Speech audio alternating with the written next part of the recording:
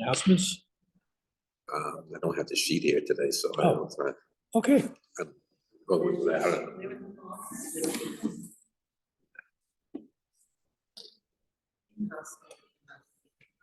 Something there.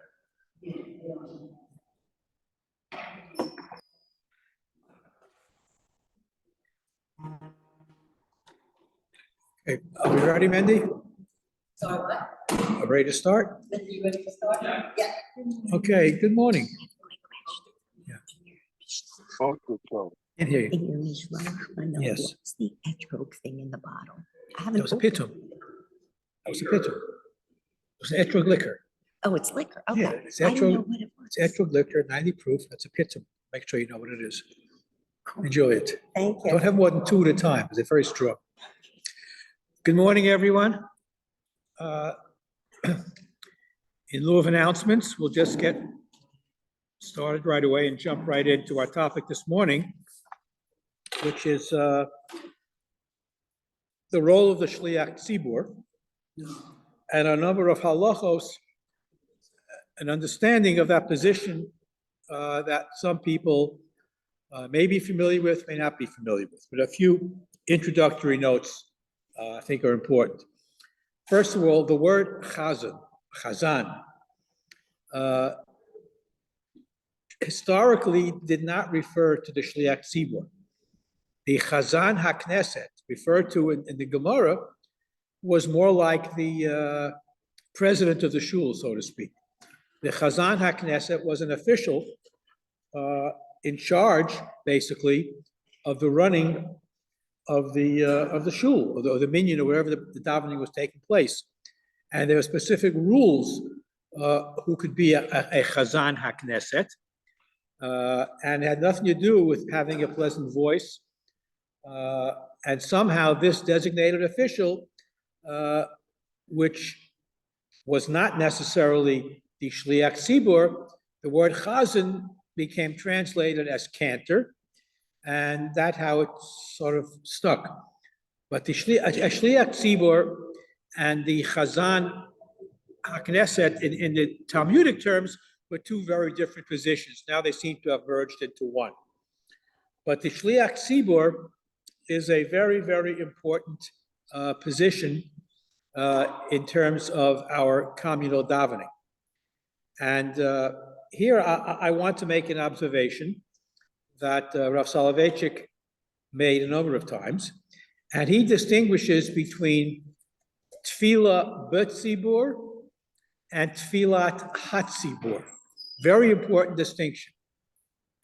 It's important for the tzibur as a tzibur to daven together as a group. There is more efficacy, according to Chazal, when a minyan of Jews get together than if a Jew davens b'yachidus. That's tefillah b'tzibur. The prayer of the tzibur is known as tefillah hatzibur, the prayer of the tzibur. But these are two very different concepts. It's important for everybody to daven with a minyan in order for there to be tefillat hatzibur, communal prayer, to take place. That's number one. The requirements of the Shliach Tzibur, the word means the designated representative of the community. Who was the first Shliach Tzibur? What do you think? Who was the first Shliach Tzibur? Moshe Rabbeinu. Moshe Rabbeinu was the first Shliach Tzibur. He prayed to Hashem on behalf of Klal Yisrael. Later on, who became the Shliach Tzibur after things became much more organized? The Kohanim. The Kohanim represented the Tzibur, doing certain things that only they could do, bringing karbanos, for example, on behalf of the Tzibur, on behalf of individuals, etc. So this, after the Churban Beis HaMikdash, karbanos were replaced by our tefillos. That doesn't mean that during the time of the Beis HaMikdash, there was also davening. Interesting, there was, I wouldn't call it a shul necessarily, but there was tefillah in the Beis Hamikdash. Not necessarily like our tefillos today, but they said the Aseret Dibros, they said Shema, they said certain tefillos appropriate to the Karbonos. So there was a type of davening. The original, if you learn Maseches Tanis, there's a whole section there on a practice known as Ma'amodos. Ma'amodos literally means standing, people standing. What does that mean? Every day in the Beis Hamikdash, twice a day, they offer the Korban Tamid, a communal sacrifice. A communal sacrifice is just that. It cannot be purchased or donated by any individual. It can't be purchased or donated by communal funds of the Beis Hamikdash. Each community, and every community in Israel took turns. Every community in Israel took turns funding that twice daily Korban Tamid. And what was the practice? Wherever they were in Israel, if it was their day to offer the Korban Tamid Shel Shachar or Shel Bein Rabbi in the late afternoon, they would send a delegate to Yerushalayim. They would send a delegate to Yerushalayim with the shepsel, with the little animal that they were going to offer the Korban Tamid. And at the time when the sacrifice was offered, either in the morning or late in the afternoon, everybody would gather in the town square and recite the psukim relating to the Korban Tamid. This was known as Ma'amodos. And eventually, this group that formed, again, it was one day a year when they did this, but eventually they built a little structure for them to have this daily, once a day, once a year actually, communal prayer. And this was the origin of our synagogues today, the Ma'amodos. So if you learn Maseches Tanis, it's all there in great detail. Okay. After Karbonos ceased, Tfilos took their place, and it took a while until what we know as our Siddur to emerge. Originally, they would say the Aseret Dibros. Then they would say Shema. There were many different formulations. And then eventually they developed something known as Psukei de Zimra. Psukei de Zimra are basically Prokim of Tehillim. It's not part of davening. Davening begins with Baruch Hu. That's what davening begins in the morning for Shacharis. All the other stuff you would say at home. You get up in the morning, you say Boda Ani, you wash your hands, you say Tefillah Sedayim, you go to the bathroom, you say Asher Yotzar, and as you would do each thing, put on your shoes, stand up, get dressed, all the Berachos HaShachar were done at home as you did these things when you woke up in the morning. Eventually, what happened was, there was what I like to call liturgical anarchy. Because if you were living in France, and you were living in Spain, and you were living in Babylonia, and someone else was in Germany, they all had different ways of davening when they got together in their shul. Some would say this, some would say that. So a community in Spain, Lucena, Spain, sent a letter to one of the Gaonim in Bavel. We're talking now the 9th century, middle of the 9th century. Rav Amram Gaon was sent a letter, and he said, what is the Seder HaTfilos? How do we daven? Because when I travel to a different country or different community, it's different. And bear in mind, this is all before the printing press. There were no written Sidurim. It's all about peh. So I can't follow the davening. What is the Seder HaTfilos? So he wrote back a famous letter, which was almost book length, known as the Seder Rav Amram Gaon. That Seder Rav Amram Gaon, it's a thin book, lists the order of the prayers that they recited in the yeshivos of Bavel. That became the basis for every Sidur which exists today. So that when you would travel from one community to another, you'd be able to daven with a minyan and not get lost. You travel all over the world, you go into a shul, and you can follow the davening, pretty much. Ashkenaz is far a little different.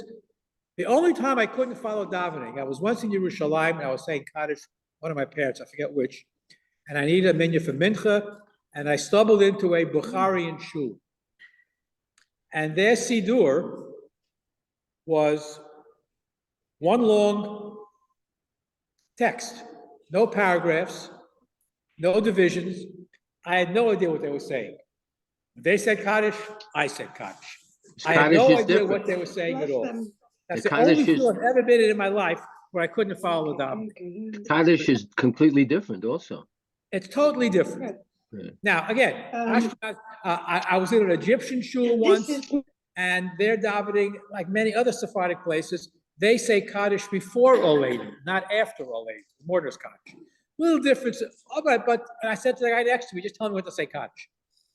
But the Seder of Amram Gaon organized the tefillos. Okay, that's in a nutshell, the origin of our Siddur, with minor variations. It's all based on what they did in yeshivos and Bavel. And that allowed people to travel from place to place. Okay. Again, this is all before the printing press. People davened Ba'al Peh. What if somebody was not proficient in memorizing all the tefillos? What if somebody didn't know how to read Hebrew? Thus was born the Shliach Tzibur. The Shliach Tzibur, representative of the community, davened on behalf of those that were not proficient. The whole purpose of a Shliach Tzibur and the Chazoras Hashatz that we have today, when we repeat the Shmona Esrei, the whole purpose of that, especially Shmona Esrei, was to fulfill the prayer obligations for those who either couldn't read when they had a text or couldn't memorize, or didn't know all the different prayers. And that's why we repeat the Shmona Esrei. The Rambam at one time tried to get rid of Chazaras Hashatz, but he wasn't successful. He didn't do that. His son writes about it. In order to be a Shliach Tzibur, there are requirements also. And this is where we come into contemporary practice. Again, I'm not getting into the whole history of the Siddur and how it evolved, and different things. But the way it is today, we have a printed text. Not everybody can read Hebrew, perhaps, but we have a printed text. Not everybody, perhaps, could daven with the greatest kavanah. So, even though we have a printed text, the Gemara says, the Rambam Paschal I'm says, having a tough time. that if you don't daven with kavanah, your prayer is worthless, and you have to repeat Shmona Esrei again. Very clear halacha. Tosfos Pascha writes that, comments, however, he says, the Rambam Pascha is that way, by the way. If you daven Shmona Esrei and your mind wanders and you're not paying attention, you got to repeat it. Tosfos, writing in the 12th century, says, in our days, this is Tosfos writing, Rashi's grandsons, in our days, people don't have that much kavanah anymore. It's hard to sustain kavanah for all 18 blessings, 19 blessings. It's hard. So he paskins, at least try to have kavanah for the first bracha until Bagain Avraham. And this, in fact, is how the Shulchan Aruch paskins. But theoretically, like the Rambam says, if you don't have kavanah, why are you praying? Okay. To be a Shliach Tzibur, to fulfill the obligation of those who may not be proficient, not every Chaim Yankel or Tom, Dick, and Harry can do that. You have to be a person, number one, who knows how to read and can enunciate clearly. You have to be somebody who doesn't daven too quickly so you can't hear the words. And it has to be a person that's merutza l'kahol, a person who is generally accepted by the tzibur to be their representative. And it should be a person of basically a Sheda Yid.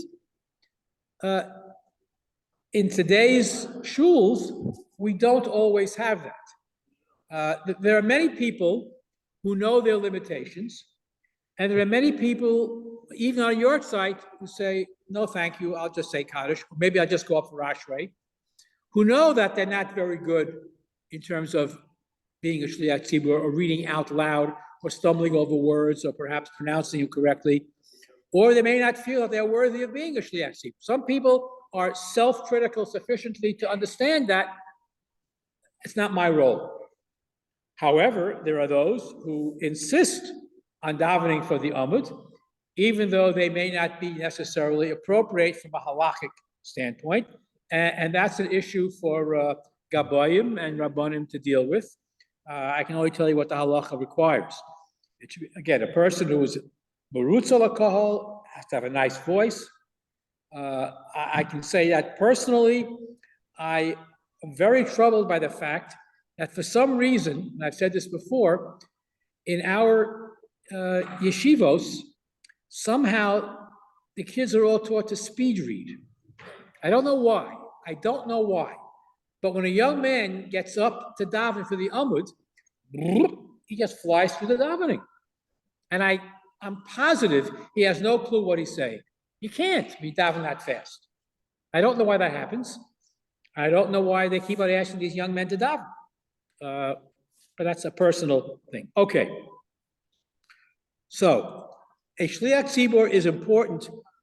And there are many poskim who say even beyond the need to fulfill the obligation of those who aren't proficient, nevertheless, it's an important requirement of davening. There's also another role for the Shliach Tzibur. The Shliach Tzibur, I say lahavdil, like the Muslim muezzin, who announces 5 times a day, from the top of the minaret, what time it is to daven and calls people to daven. The Shliach Tzibur has 2 roles. He's, number one, his obligation is to gather people together for Baruch Hu. Baruch Hu Hashem HaMavorach. He's, let us bless Hashem. And everybody has to, this is a halakhic category known as Pores al Shema. The brach of Yotzer Or Uvorei Choshech should be said out loud by the Shliach Tzibur, because that's where davening really begins. The Birchos Kriya Shema beginning with Baruch Hu. So it's a davar shebekdusha requiring a minyan, and that's role number 1. The second role of the Shliach Tzibur, again, similar to the first being Pores al Shema of saying Baruch Hu es Hashem, is also the Kedusha part when we repeat Shmon Esrei. This is a very, very integral part of davening. How does Kedusha begin? Nikadesh Hashemcha ba'olam. It's an invitation, similar to Rabbi Sain of Orech. It's an invitation by the Shliach Tzibur to say Kadosh, Kadosh, Kadosh. Which is why, according to many poskim, the Tzibur does not say Nikadesh. It's the Shliach Tzibur who invites the Tzibur to say Kadosh, Kadosh. Nikadesh, let us sanctify Hashem's name. He's inviting the Tzibur to do that. And again, our practice pretty much is that everybody says it in most shuls. Occasionally, you might daven in a shul where the Shliach Tzibur is the only one who says Nikadesh, and the Tzibur does not begin until Kadosh, Kadosh, because that's halakhically the preferred way of doing it. The Vilna Gaon was like that, the Rambam was like that, yes.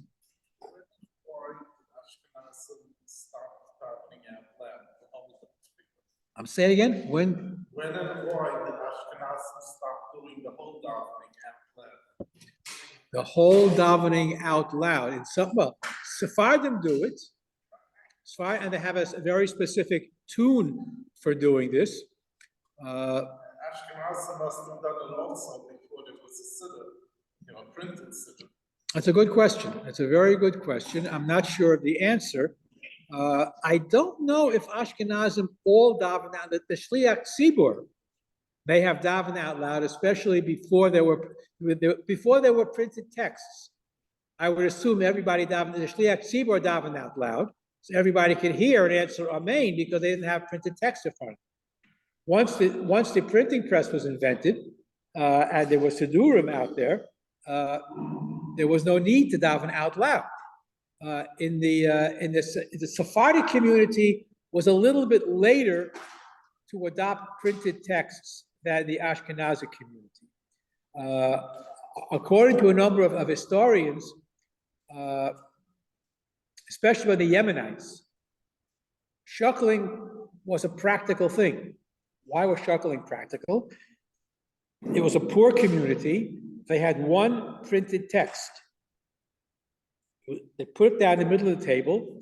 People stood around the table. Everybody went back and forth to see, which is why in some of the Yemenite community became very good at reading upside down or sideways. And that's how that began in the Yemenite community. In other Sephardic community, maybe the same thing existed. I don't know. It's a very good question. I do know that in some Hasidic Shtibalach, everybody says Psukei de Zimra out loud to themselves. The Chazan doesn't get up until Baruch Hu. On Shabbos, he gets up for Shochenat. But, and yeah, this is a practice that I saw in one particular Shtibel where I davened, Moshe Bick. Well, Sephardic shuls too, yes. Sephardic shul, that's a different. I remember I was in Hod HaSharon, which is an Iraqi community where my Machteinister comes from. And not only they daven out loud, but their tune is slightly different from the Syrian Jews, and it's very off-key. It's a jarring thing to listen to. We were there for my grandson's bar mitzvah, and I said to my wife, when you come to shul tomorrow morning, you'll hear them chanting, but they all chant off-key. And she thought I was wrong. And then she came in and she heard it was off-key. That was their particular tune. But in any event, the davening begins with Baruch Hu, and the Shliach Tzibor, as I said, invites people to join him in the sanctification of Hashem. Baruch Hu, let us bless Hashem, and everybody answers. Baruch Hashem v'Baruch Olam v'Ed, and of course Yotzer Or begins Tefillah Shacharis. It's also important that the Shliach Tzibor should say Yotzer Or V'Vorei Choshech Oser Shalom V'Vorei Hakol out loud, because that is the beginning of Birchos Kriya Shema, and that is technically known as Pores al Shema. It's a very important halachic category. Okay. So much to talk. I'll finish it all today.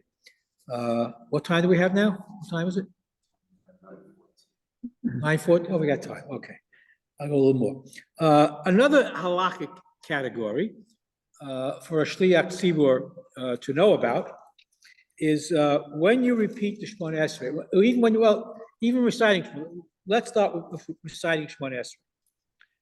There is a halachic category in the Gemara known as Smichas Geula L'Tefillah. We have to connect the theme of redemption to the Amidah prayer.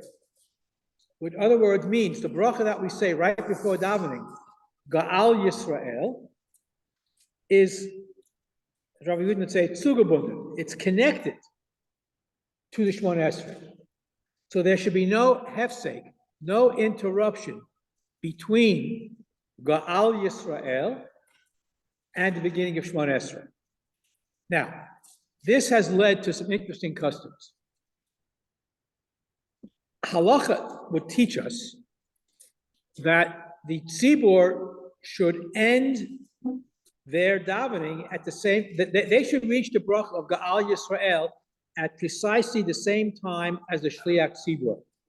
So therefore, if you're ending it at the same time, there's no need or requirement to say Amen to the Shliach Tzibor's bracha, because you're saying it at the same time. Because if you do say Amen to Gaal Yisrael, that constitutes a hefsek, and prohibited interruption between Geula and Tefillah. So, how do we get around this? In some places, and this is an incorrect minhag, I'll say it again. In some places, it's an incorrect minhag for the Shliach Tzibor not to say the bracha of Gaal Yisrael out loud. He'll get to the last part and he'll say it silently.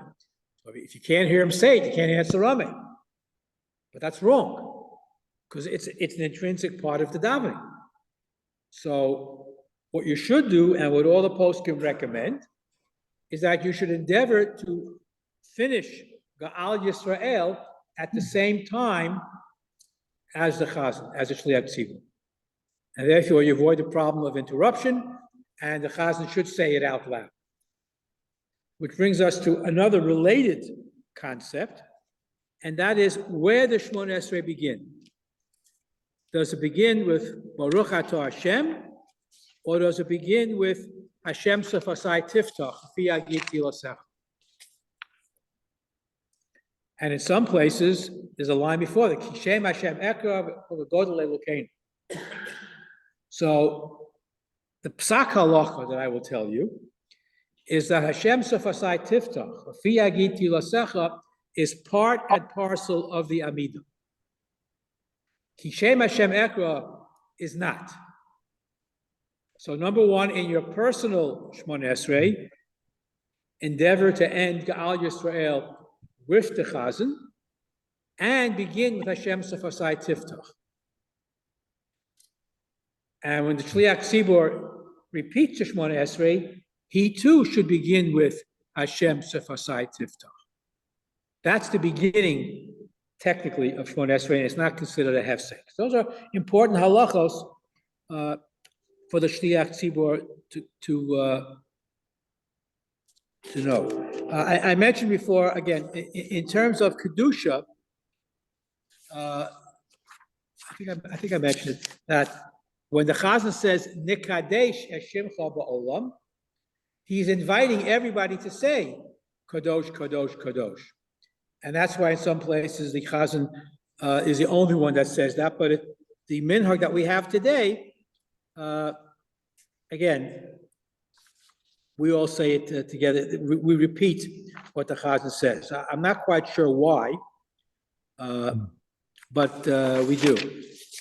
The Rishonim a lot of difference of opinion in terms of who says what when, in terms of Baruch Hu et Hashem HaMavorach, Baruch Hashem HaMavorach Yom V'ed, in the beginning of Baruch Hu. One of the Rishonim, the Ri Barcelona, compares Baruch Hu to Zimun, when you say Rabbi Sainu Varech, which is why, again, there are different practices. Do you repeat He Shem Hashem Baruch? There are different minhagim as to what you repeat. But if you're inviting everybody to say Kadosh, then you also don't have to repeat your own invitation. You've said it out loud. You know, again, these are regional minhagim that you may find in some shuls. Another category, yeah. I don't know if this is directly in Shiur to what you're talking about, but you just mentioned the word like repeat, which makes me think there are shuls, or in some shuls, words are not repeated. Or words in general to repeat. Yeah. You know, and you get a lot of blah-blahs when some people are repeating a phrase. What's the basis for that?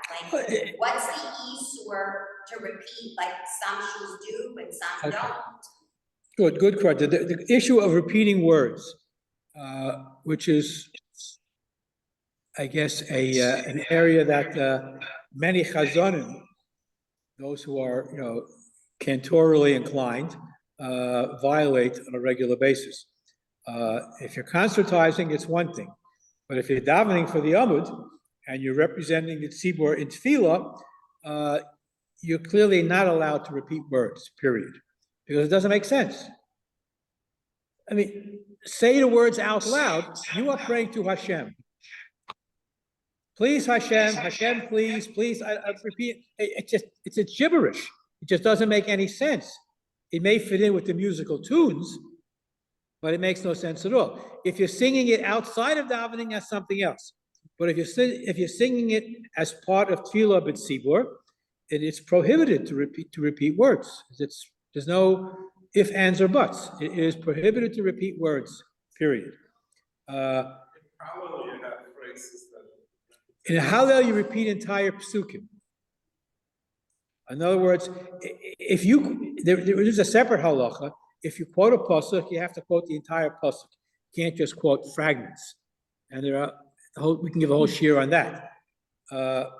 But normally, when you're davening chazaras hashatz, when you're representing the tzibur and you're saying kedusha or anything like, it doesn't make. Put the words translated into English. You're standing for Hashem and you're saying to Hashem, please Hashem, Hashem, please. I mean, it just doesn't make sense. You wouldn't talk to your buddy like that. You wouldn't talk to another person like that. You wouldn't make a speech. Imagine getting up and making a speech and repeating words. It sounds silly. So repeating words is something, as a matter of fact, it's interesting. You didn't have cantorial soloists in the time of the Beis HaMikdash or shortly thereafter. But the Gemara says very, very clearly, a person says modim, modim, right?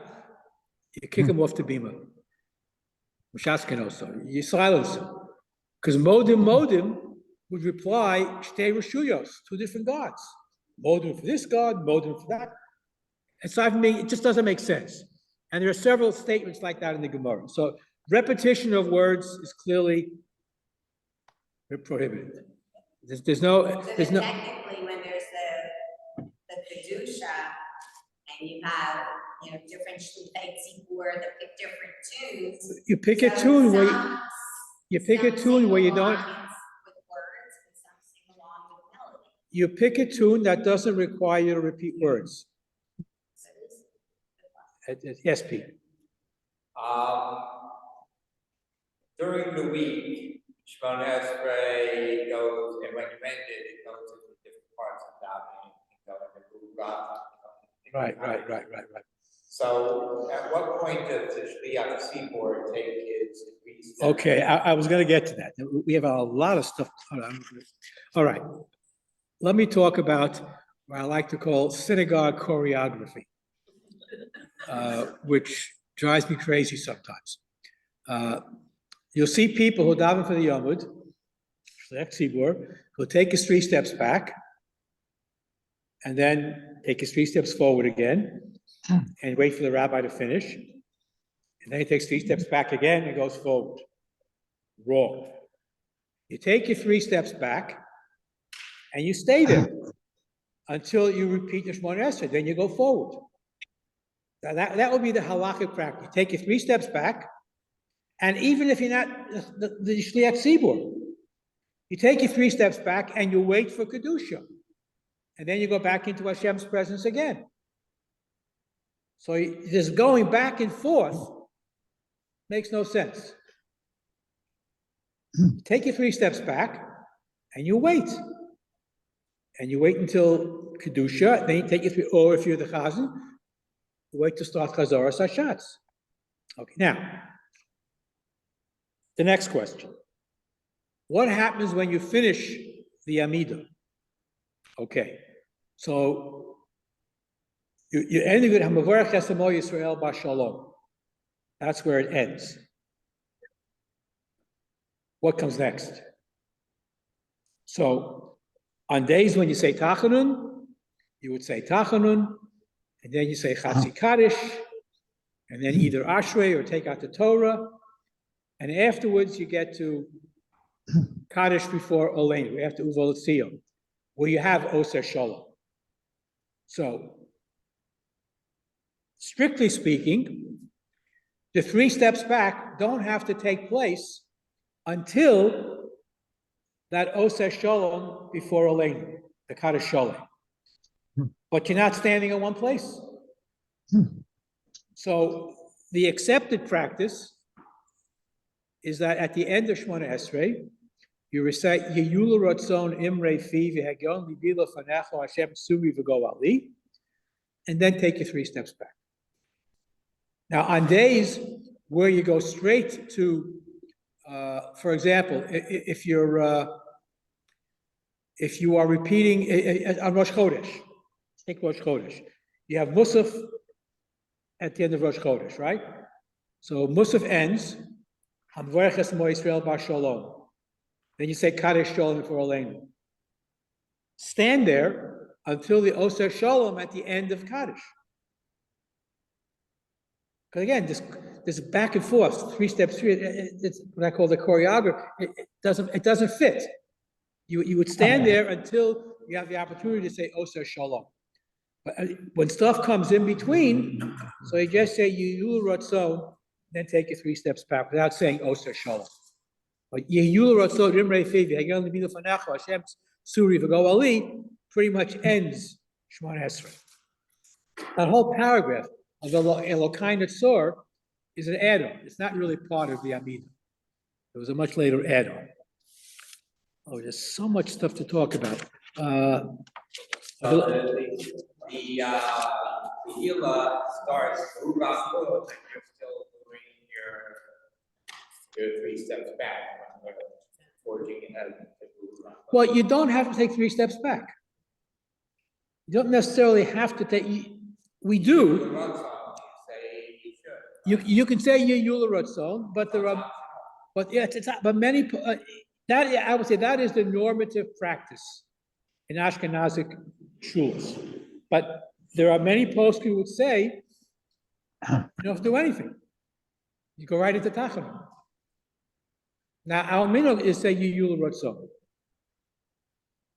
but that would be a practice. Now, let me just say one more thing because there's so much to talk about. Let me talk about modim for a second. Modim, when we get to modim, there's something known as modim d'Rabbanan.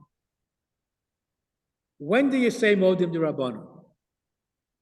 If you say modim d'Rabbanan the same time as the Shliach Tzibur is saying his modim, then you're not listening to Shemona Esrei. Now, theoretically, what should happen? Pause. Let the Shliach Tzibur say, wait at that point. Congregation would say Modim d'Rabbanan, and then he would say Modim. Many Chazanim do pause at that point. May not pause long enough, but they do pause. Again, there's one statement in the Gemara that says it should be said at the same time as the Shliach Tzibur says his Modim, but then you miss out on hearing the entire Chazaras Hashatz. But yes, Nathan. If he pauses, is that not a hefsek? No. Pausing is not necessarily a hefsek. In this case, it allows the tzibur to say modim d'Rabbanan and then be able to listen to you to say the regular modim in your repetition. But silence is not considered hefsek. Dibur is a hefsek. Speaking is a hefsek.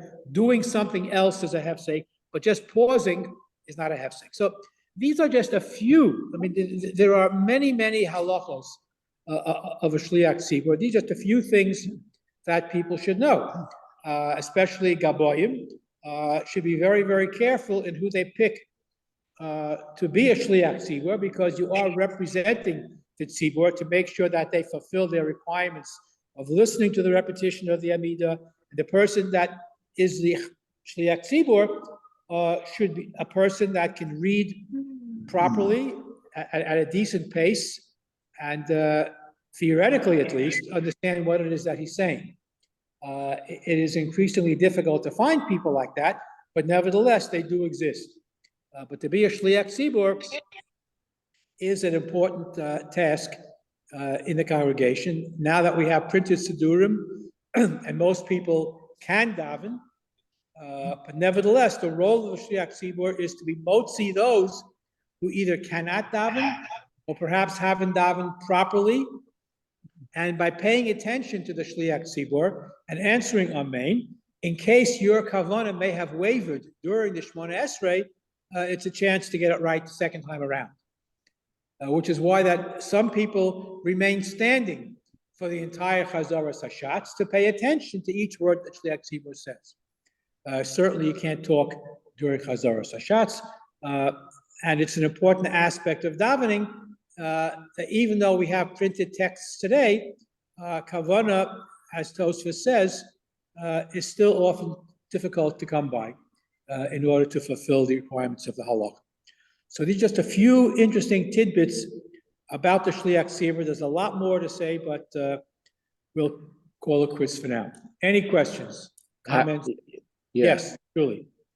Are you allowed to reject, in other words, does the comfort of the tzibur come before embarrassing someone? If you know someone who's not going to daven very well, and he has a yortzeit for whatever reason, is it proper to even say no for the comfort of the tzibur? Well, you don't want to It's a embarrass tough them question, publicly, but you should take, if a gabbai knows when a yortzeit is, take the guy aside and say, listen, maybe we should let somebody else daven. Now, if a guy is insistent, at least suggest that he davens slowly. Again, you don't want to embarrass somebody publicly. Most people, not everybody, unfortunately, but most people know their own limitations. And there are many people I know in shul, and they have a yortzeit, and they're asked to daven, they say no thank you, because they know that either they can't pronounce the words carefully, maybe a minor speech impediment, or whatever the case may be. They don't have a good voice, they'll say no thanks, or maybe I'll just go off the rashri. But there are some people who insist on davening anyway, even though they may daven too quickly or they may not daven well. And this is something that the Gabayim and the Rabbanim have to work out. I will tell you that there are certain shuls where they are very, very particular about who goes up to daven. There are some shuls, for example, where a person who's not married does not get up to the bima. That's a policy. If you're not married, and the reason being you don't know the meaning of responsibility and praying for others, you can't. And that's one of the requirements. What's that? Well, not really when you think about it. Again, that's why you may have youth minyanim, but there are many halachic restrictions about who gets up. On Yomim Noraim, for example. On Yomim Noraim, they again, tefillah is tefillah, but the Shulchan Aruch tells you very clearly a person who davens for Yom Noraim should have a beard or be capable of growing a beard, should be at least 18 years old, and should be married, plus having a good voice and be merutz al kahal. There are So if someone is a widower, he Yes. was married, but at the moment he's not. That's different. I wouldn't be so much. I will tell you at embroiders in Washington Heights, they have two chazanim. They used to have two when I would daven there many years ago. They had one guy for shacharis, one guy for musaf, and no one, no matter who he was, could get up to daven in that shul, unless you were because they had to know who the guy was. Was he shomer Torah? Was he a Talmud Chacham? You had to know who the guy was. Nobody getting an aliyah. If they don't know your family lineage for the past 3 generations, you didn't get an aliyah. I'm not saying everybody has to do that, but there are certain places which take very seriously the role of the Shliach Tzibur. There are many shuls, as I said, if you are, kids are not allowed to daven for the Yom. You're in a junior congregation, fine. But in the main shul, kids don't daven for the Yom. And many shuls are like that. And what constitutes a kid? Not married? Yeah, unmarried, yeah. Unmarried or under the age of 18 at least. Again, because it depends how you define standards. And if you want to have a mature individual, again, having a kid daven may be very good for chinuch, but does a kid really have the same notion of responsibility as someone who has several children? Some do, some don't. Some adults don't have it. I agree. But there are halachic standards, and every shul will do what's in their best interest. But I will tell you that I know that when I was in yeshiva, and we had different minyanim. Not everybody can get up to daven. If the Rosh Yeshiva knew somebody who was a serious person, and that was a person that went up to daven. And by the way, not everybody wanted to daven, because I remember once on Shabbos, I was davening, I think it was Shachos, I forget what it was, and Rav Soloveitchik was standing right next to me because he couldn't get up and down to sit. He's got a bad back, so he stood the whole time, and he was standing at the shulchan right next to me, and I was frightened out of my wits. Would I make a mistake? Would I say a word, pronounce it the wrong way? Mil el, mil. It was a frightening experience, and in the base medrash also, all the Rosh Yeshiva are lined up, and some guy gets up to daven on a Tana seat, whatever it might be, or Shacharis even. It's a very serious experience if you take it seriously. Which is a shame, because someone ought not, a human ought not to be intimidated by a human. You're davening to quote Correct. my husband. Okay, It's between you and the Kaddish Baruch. 100%. But also, you're 100% correct. And it's However, unfortunate, I understand where someone can be intimidated with all these Shiva and Gedolim and everything. But the bottom line is, it's Kaddish Baruch who 100%. And but at the same token, when a person is davening for himself, especially when he's davening for the tzibur, to be aware of all the myriad of halachos that you have to know in each part of davening. When to bow, when not to bow, what to say, what not to say, how to pronounce certain words. There are many words in the Shemona Esrei that are pronounced differently according to different poskim. Soloveitchik even changed the order of certain words in Shemona Esrei, which not everybody accepts. But that was, and when you daven his minyan, that's how you daven. What's the name? V'shivchacha, u'shvachacha, in Kiddush, there are a lot of different words. How do you pronounce them? And there are, if you mispronounce a word, What's correct? The shvachacha. There's no such. say. Most people are wrong. Most Sidurim are wrong. The Same print. thing with Yiskadal, or is it Yiskadel? It should, again, it's Aramaic. It should be Yiskadel or Yiskadesh. Are you allowed to correct someone? That's a separate question. You're embarrassing him, so it's Yeah. a hard. All right, but You're doing a lot of correcting because most of the people don't say it. which is why the person who davens has to know a lot before he gets up there to be a shliach tzibur. Again, there's dikduk, there's a lot of interesting things. If you take a look at the Siddur Hagra or a Soloveitchik Siddur, you'll see things that most people may not be familiar with. How he changes the words in certain orders.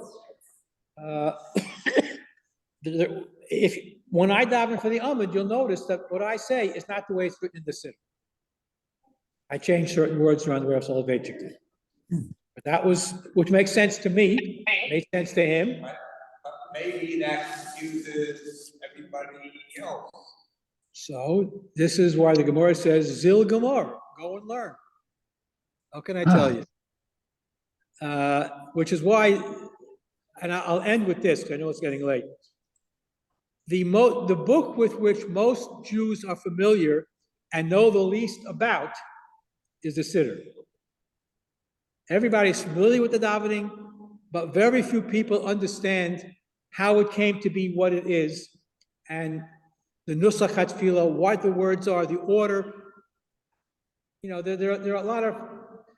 The Sefer Hasidim is a wonderful, wonderful book, but it made one, I think, and not for me to criticize Yehuda Chassid, but he said in there, whenever you copy a siddur, copy it exactly, even with the mistakes. And we are the recipient of that heritage. There are many, many grammatical and liturgical mistakes in the Siddur that have been perpetuated. Now, there are critical editions of the Siddur. There are a couple of very good editions of it. The RCA put out a wonderful edition of the Siddur a couple of years ago. I urge you to get a hold of it. And there are other critical editions of the Siddur, but it's an area that is very, very fertile for study. Maybe we'll come back to some of this later. Okay, have a wonderful day, everybody. Have a great day, Yashikola. Okay, Thank you, Wally. Thank you. I'm gonna go check my siddur now. good. Okay, Rabbi Seinevarech. Yishem Lavarach Metav Yad Olam, B'shus Kol B'sumin Kan, V'rek Shechal Mishalo, V'rek Shechal Mishalo, Tevach Hayinu, Unos in Lechem, V'chol Basar, Ki Lam Pasta, Ki Hu El Zon Afanes Lakol, Metiv Lakol, Michim Muzon, V'chol B'riyosam, V'asher Bara, V'ruchato Adonai Hazon Esar Kol.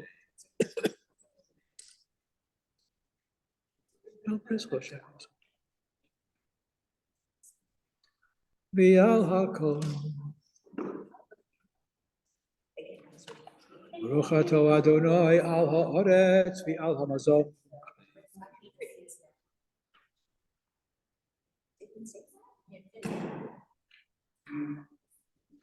Uvenei Yerushalayim ir hakodesh me'era v'yameinu. Baruch atah Adonai b'nei baracham ba v'Yerushalayim. Amen.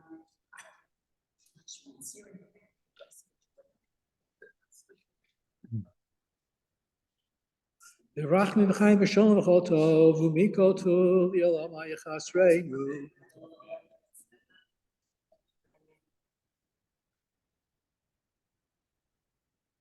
Pete, are you about to take me home? Sure. Excellent, thank you. Okay. I'll pull up to the front door and come across. On the side, like I did last time, huh? As you, where are you parked? You parked in the back? Not by the rabbit. I thought by the rabbi. Oh, okay, they pull in front of the shoulder, fine. We say that Avram Yitzchak and Yaakov made chakras. According to one Jew, the Gemara, yeah. What have they done? They established the notion of davening in morning, afternoon, and evening. It didn't daven the same tefillah that we did. And the tefillah, you have two contradictory statements. Avram Yitzchak and Yaakov, and then the other Gemara says tefillah neged korbanos. Right. So the way you understand that, Avram Yitzchak and Yaakov developed the concept that we should daven in the morning and in the afternoon and the evening. What they davened, I'm sure you'll find those that they daven the same Shemona Esrei that you daven. Of course. But, Because they kept all the mitzvahs. right. So, yeah. It's like you're very hard to understand. Yeah, but it's the concept of davening that was more important. The actual nusach tefillah, that didn't start until, I say, Rav Amram Gaon. That was much later. So that there was definitely some kind of tefillah Yeah, before the best of Yeah, Mikdash. right. And there was even tefillah in the base of Mikdash. You need a hand? Yeah, I got it. One sum up. Thank you, Rabbi Yosef. Continue before ceremony. Amen.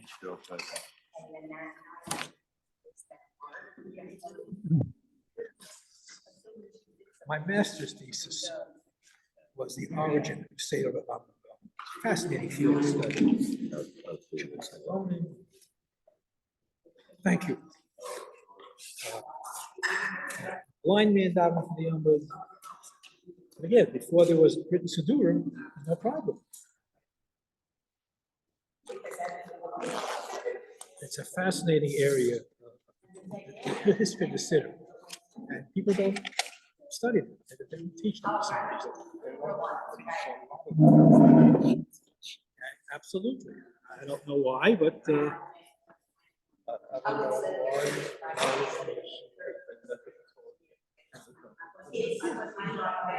teach the meaning of tefillah. It's a big, it's a principle. I had a course in Bay about tefillah, first grade through eighth grade, on their level. How they do it. So they do teach it. High school days.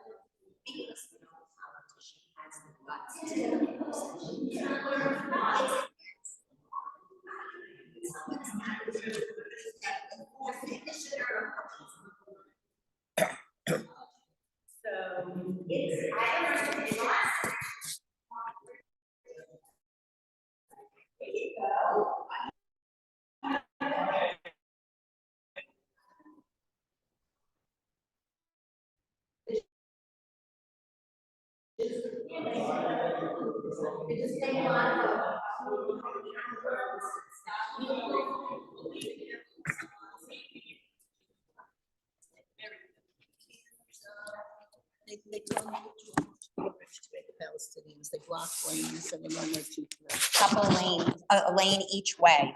2 lanes each way. So Sean said they should just push them into the Hudson. I like that idea. No loss to humanity. So what's the answer to this? I don't know. All right, have a good day, everybody. You too. I have to remember what that street. But that guy, I like that one. I know. But that's a cool one, I like that. You think it would work here? No. Have a lovely day. Enjoy the travels around New Jersey.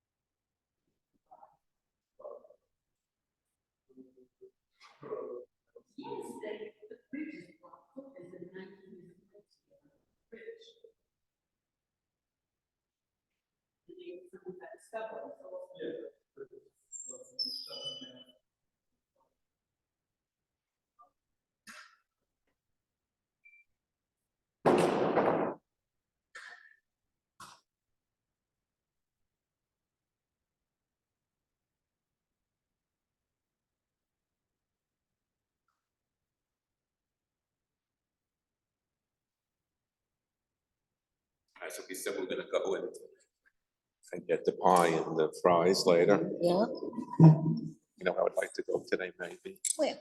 See if the ice cream place is open up Brandon there. Essex? No, not Brandon. Yeah, no.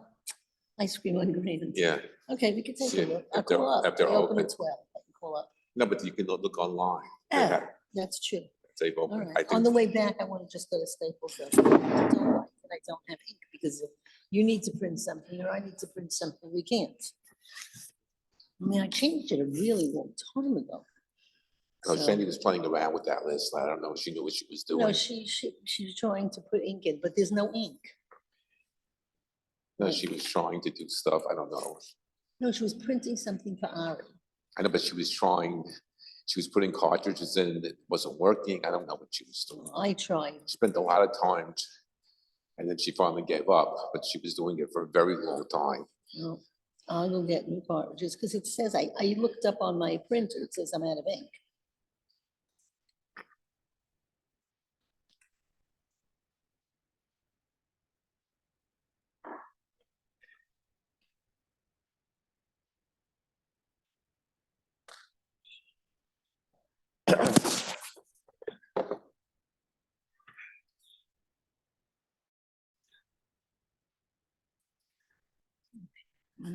But last night when I checked, it said there was no ink. So the black is ink, the black is full, but the colored are not. Well, let me look